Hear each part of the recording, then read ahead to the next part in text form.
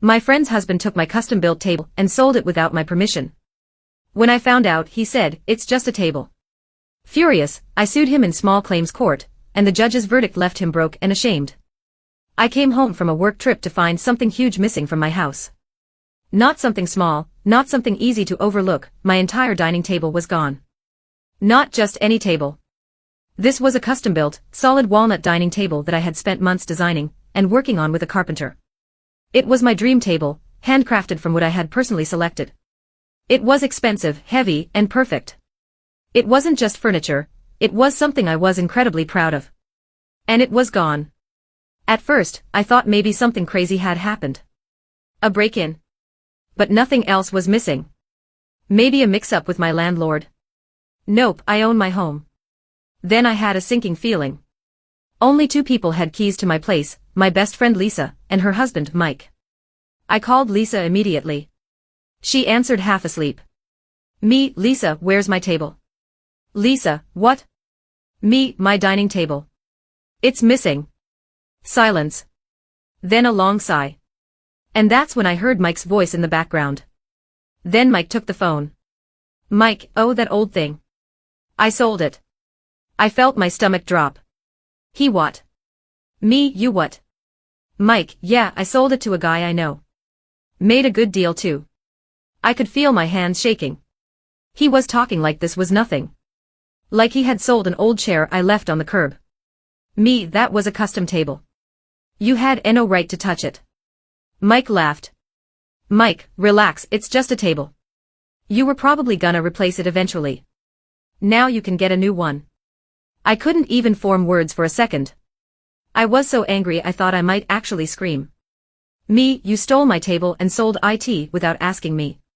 You have no idea what you just did." "Mike, oh my God, stop being so dramatic. It's just furniture." I hung up. I was shaking too hard to even keep talking.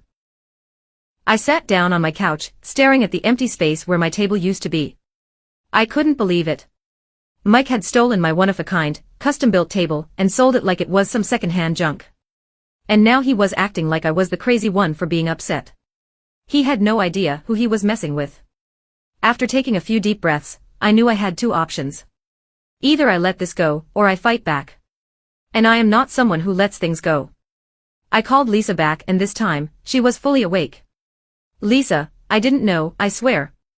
Mike said you wanted to replace it, but I didn't think he actually sold it." I could tell she felt guilty, but at that moment I didn't care. "Me, who did he sell it to?" Lisa hesitated, then mumbled a name. "Me, give me his number." She did. Now, I didn't know if this buyer would care, but I was willing to do whatever it took to get my table back. I called the guy. "Me, hey, I think there's been a misunderstanding. I heard you bought a table recently." Buyer, yeah. "Me, I hate to tell you this, but it was stolen. That table was mine. Mike had no right to sell it." There was a long pause. Then the guy sighed. Buyer, damn. I had a feeling something was off. I asked him why he was selling it so cheap. "Me, listen, I don't blame you. You had no way of knowing. But I really need that table back." Buyer, "I'm sorry, but I paid good money for it. I can't just give it away." I closed my eyes. Of course. "Me, how much did Mike sell it for?" Buyer, $1,500. I almost screamed. My custom-built table that cost over $5,000. Mike had dumped it for a quick $1,500. The buyer was firm, he wasn't taking a loss on it. If I wanted it back, I'd have to pay him the $1,500. I hung up, furious beyond words. I shouldn't have to buy back my own stolen property. So I decided, I wasn't going to. Mike was about to learn exactly how big of a mistake he had made. I called the police. Now, I knew this wasn't going to be some dramatic handcuff situation. The cops weren't about to bust down Mike's door for a table. But what I could do? File a police report. I gave them all the details when I left town, when I came back, the phone call where Mike admitted to taking it, and the buyer's confirmation that he purchased it from Mike. The officer I spoke with took it very seriously. "This is textbook theft," he said. "You should also take him to small claims court." That was already the plan. Next, I gathered every piece of evidence I had. Heavy checkmark the original invoice from my carpenter, proving the table's cost. Heavy checkmark text messages from Lisa admitting Mike took it. Heavy checkmark the buyer's statement, confirming he bought it from Mike. Heavy checkmark the police report. By the time I was done, I had an airtight case. I sent Mike a text.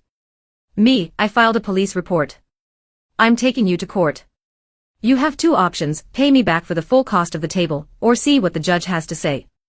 Mike ignored me. Then Lisa called. Lisa, Mike thinks you're bluffing. I laughed out loud. Tell him we'll see about that. I filed in small claims court the next morning. Mike was served a few days later. And just like that, this wasn't a big deal anymore. Mike thought I was bluffing. Even after he got served with court papers, he still acted like it was nothing. Lisa told me he laughed when he read them. She's really doing all this over a damn table, he had said. Oh, Mike. You have no idea what's coming. A week before the court date, I got a call from an unknown number. I almost ignored it, but at the last second I picked up. Hello. Man's voice, hey, is this my name? Who's asking? Man's voice, I'm the guy who bought your table. I sat up straight. Buyer, listen. I don't want to be involved in any legal mess. I didn't know it was stolen when I bought it. I just saw the court stuff, and I don't want any trouble. You won't be in trouble. I'm not suing you, I'm suing Mike. But I need my table back. He hesitated. I'll sell it back to you for what I paid. I clenched my jaw. I shouldn't have to buy back my own stolen table. Would you be willing to come to court and testify that you bought it from Mike? He sighed. I don't want to get involved. I closed my eyes, thinking. All right, I said. What if I can get you your money back another way? He paused. What do you mean? I had an idea. A risky idea. Just hold onto the table for now. Don't sell it to anyone else. I have a plan. The next day, Lisa showed up at my house unannounced. She looked awful, dark circles under her eyes, hands shaking a little. Lisa, we need to talk. I let her in, crossing my arms. What's up? She looked down. Mike is in way more trouble than you think. That caught my attention. How so? She took a deep breath. You're not the only person he stole from. I blinked. Excuse me. Lisa nodded. I just found out. My neighbor came by yesterday and asked if I'd seen his pressure washer. He let Mike borrow it a few weeks ago, and now it's gone. When I asked Mike, he just laughed and said, "Oh, I sold that thing." I stared at her. Lisa wiped her face. Then my sister called. She said she's missing a set of expensive power tools that she lent to Mike last month. I felt a chill go down my spine. Mike wasn't just a lazy, freeloading idiot. He was a serial thief. And Lisa? She was married to him. She dropped onto my couch, looking completely drained. I don't know what to do. I'm starting to think I don't even know who he is. I didn't know what to say. Lisa had always defended Mike, always made excuses for his bad behavior. But now, I could see it in her face, she finally realized who she married. And she was terrified. A few days before court, I got another unexpected call. From Mike. I almost didn't pick up. But I was too curious. What do you want? Mike's voice was completely different from his usual cocky, arrogant tone. Mike, hey, listen. We don't have to do this whole court thing. Let's just settle this like adults. I laughed. Oh, now you want to talk. Mike, look, I'll give you $1,500, all right. That's what the guy paid for the table. That's fair. Mike, the table was worth over $5,000. Mike, you're never gonna get that in court. I smirked. We'll see. He started getting angry again. This is so stupid. You're making a huge deal out of nothing. It's just, I cut him off. Say it. Say it's just a table one more time. Silence. Then he hung up. Oh, he was scared. The night before the court date, I got a text from Lisa. Lisa, can I come over? It's important. She showed up 30 minutes later, looking like she hadn't slept in days. She was clutching her phone like it was the only thing keeping her grounded.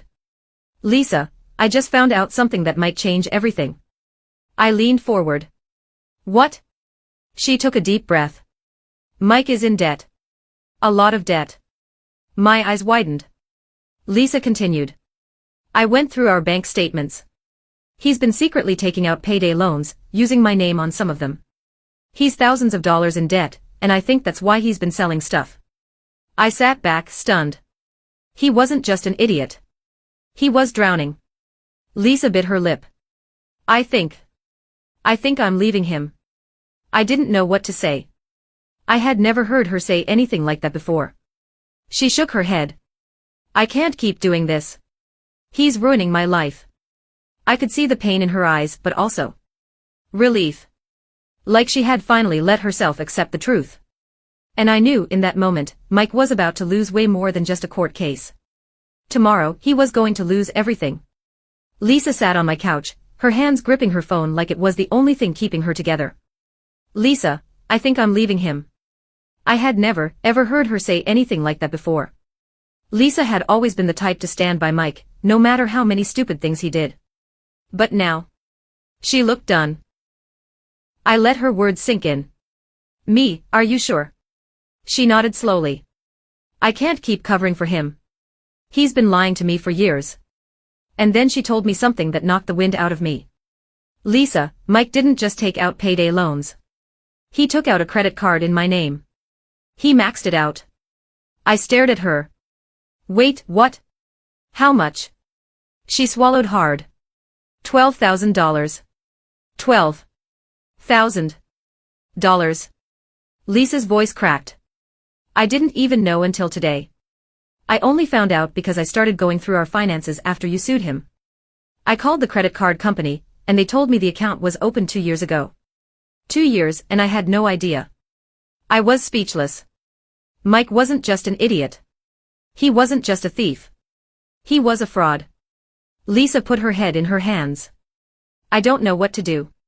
Me, Lisa, you need to report him. Her head snapped up. I can't do that. Me, you have to. He stole from you. He ruined your credit. He's using you. She shook her head quickly, like she was trying to physically shake the thought away. No. I just need to get out. She was still protecting him. Even now. But I had a feeling that was about to change.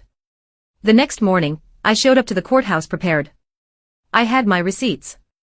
My police report. My texts from Lisa. Everything. Mike? He showed up alone. Lisa wasn't with him. That was my first clue that something was happening. The judge called us up, and I could see the moment it dawned on Mike that he was screwed. He had no defense. No lawyer. Nothing. He tried to argue that Lisa had a key to my house, so it wasn't really theft. The judge shut that down immediately. Having access does not give you permission to take and sell someone else's property. Then he tried to say he thought I didn't want it.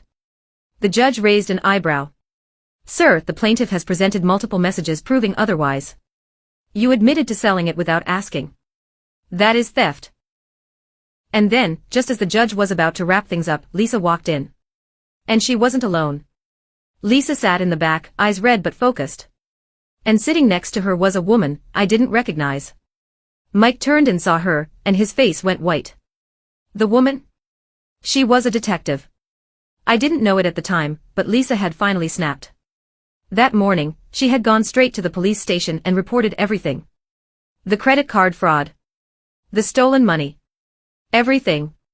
And now. They were here for Mike. The judge ruled in my favor. Mike had to pay me back the full value of my table, plus damages. But that wasn't even the worst part for him. Because the moment we stepped out of the courtroom, the detective walked up to him and said the words that finally broke him. Michael, we need to have a conversation about identity theft. Mike's mouth opened. Then shut. Then he turned to Lisa. You called the cops on me. Lisa? She didn't even blink. You stole from me. And just like that. Mike's whole world crumbled. Mike stared at Lisa like she had just stabbed him in the chest. You called the cops on me. Lisa didn't flinch. She didn't cry, didn't hesitate. You stole from me. The detective beside her pulled out a small notebook. Michael, we need to talk. You've been accused of identity theft and fraud. You have the right to remain silent. Mike's eyes darted around, looking for a way out. His cocky attitude was completely gone. Lisa, baby, let's talk about this. You didn't have to do this. Lisa folded her arms. I did. Because if I didn't, you'd just keep doing it. The detective motioned for Mike to follow. Sir, we're not arresting you today, but we need you to come down to the station for questioning. If you refuse, a warrant can be issued. I expected Mike to fight it. To deny everything. But for the first time since this all started, he looked scared. I didn't say a word. I just stood there and watched as the weight of everything finally hit him. Lisa had finally turned on him. Mike turned to me, as if somehow I was the reason for all this. You happy now? He snapped. You ruined my life over a stupid table. I stepped closer, staring him down. No, Mike. You ruined your own life. You stole from me. You stole from Lisa. And you thought no one would hold you accountable. His jaw clenched. His hands were fists. But there was nothing he could do. The detective sighed. Sir, I suggest you stop talking before you make things worse. Lisa took a shaky breath and turned to the detective. Will I be in trouble for the credit card fraud since it was in my name? The detective shook her head. Not if you cooperate.